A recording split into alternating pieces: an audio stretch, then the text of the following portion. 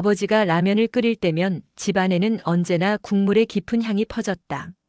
별다른 재료가 들어간 것도 아니고 특별한 조리법이 있었던 것도 아니었다. 라면 봉지 뒷면에 쓰인 시간 그대로 물을 끓이고 면을 넣고 스프를 풀어넣는 단순한 과정. 하지만 딸에게 그 맛은 단순하지 않았다. 딸은 어린 시절부터 아버지가 끓여준 라면을 먹고 자랐다. 엄마는 늘 바빴고 주방은 자연스레 아버지의 손길이 닿는 공간이 되었다. 작은 스툴에 앉아 아버지의 등 너머로 냄비 속을 바라보던 시간들. 라면이 팔팔 끓기 시작하면 아버지는 젓가락으로 면을 살짝 들어 올려보았다. 긴 국수 줄기가 공중에 잠시 머무는 순간 딸의 눈은 언제나 그 움직임에 고정되었다. 라면은 항상 꼬들꼬들했다. 지나치게 퍼지지도 딱딱하지도 않았다. 적당히 매콤하면서도 입안을 감싸는 국물의 온도는 늘 완벽했다. 딸은 종종 물었다.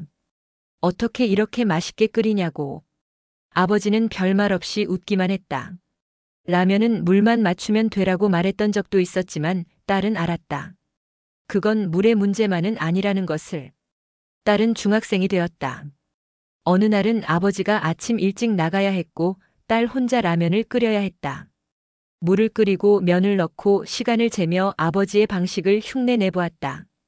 그러나 면은 어딘가 퍼져 있었고 국물은 평소보다 짰다. 라면은 여전히 라면이었지만 그 맛은 다르다고 느껴졌다. 아버지의 손끝에서 나오는 무언가가 빠진 듯 했다. 세월이 흘렀다. 성인이 된 딸은 이제 혼자 살고 있었다. 문득 바쁜 어느 저녁 오래된 기억이 떠올라 라면을 꺼냈다. 물을 끓이고 면을 넣으며 그 옛날 아버지의 뒷모습이 눈앞에 그려졌다. 스프를 풀고 젓가락으로 면을 들어 올리는 동작까지 따라하면서도 딸은 그리움과 함께 조심스럽게 웃음을 머금었다. 한 젓가락을 입에 넣었을 때 문득 알게 되었다. 아버지가 끓이던 라면의 맛은 결국 그 라면을 기다리는 사람의 마음에서 비롯되었다는 것을. 누군가를 위해 끓인다는 마음, 그것이야말로 가장 특별한 비법이었음을. 그날 밤 딸은 오랜만에 아버지에게 전화를 걸었다. 아빠, 라면이 생각났어요. 그 말 한마디에 담긴 시간과 맛, 온기와 그리움은 전화기 너머로 조용히 전해졌다.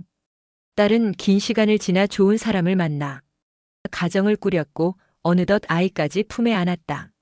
아들은 건강하게 자라 어느새 제법 말을 잘하고 라면 맛도 구분할 줄 아는 어린이가 되었다. 어느 날 딸은 주방에서 라면을 끓였다. 아이는 식탁에 앉아 팔을 괴고 그녀의 움직임을 바라보았다. 끓는 물소리, 면을 풀어넣는 순간의 하얀 김 그리고 스프가 퍼지며 흩어지는 냄새. 모든 과정이 익숙했다. 딸은 자신도 모르게 젓가락을 들어 면을 들어 올려 보았다. 아버지가 했던 그 동작을 손끝에 새겨진 듯 따라했다. 그 순간 기억이 떠올랐다. 오래전 자신이 그랬듯 아이 역시 같은 눈빛으로 라면을 바라보고 있었다. 면이 익어가고 국물이 자박자박 끓을 때쯤 딸은 조심스럽게 불을 껐다. 그릇에 담긴 라면은 김이 피어오르며 그럴듯해 보였다. 하지만 첫 젓가락을 입에 넣은 순간 딸은 알 수 있었다. 어딘가 부족했다.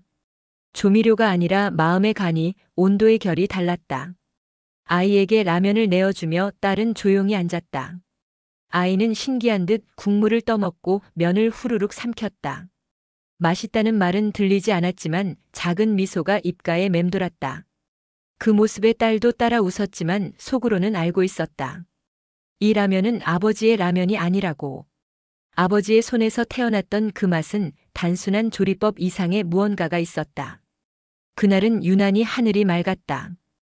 햇살은 부드럽게 창문 틈새로 스며들었고 딸은 아침부터 마음이 들떠 있었다.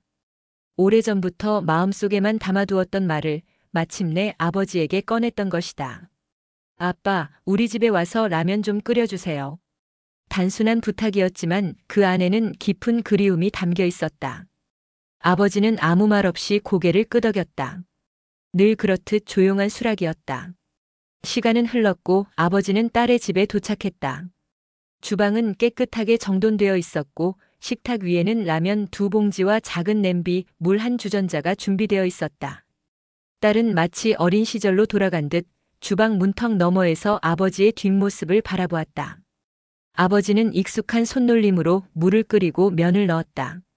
스프를 풀고 젓가락으로 면을 살짝 들어 올리며 익는 속도를 확인했다.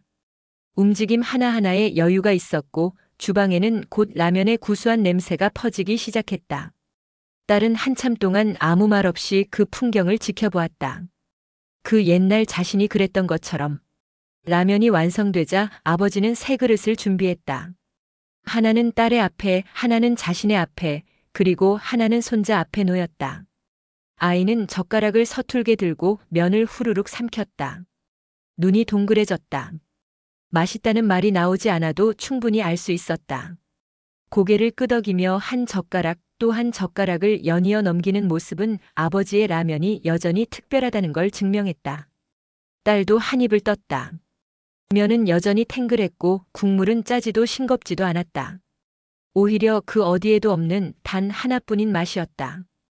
혀끝에 맴도는 그 익숙한 온도와 향에 딸은 묻지 않을 수 없었다.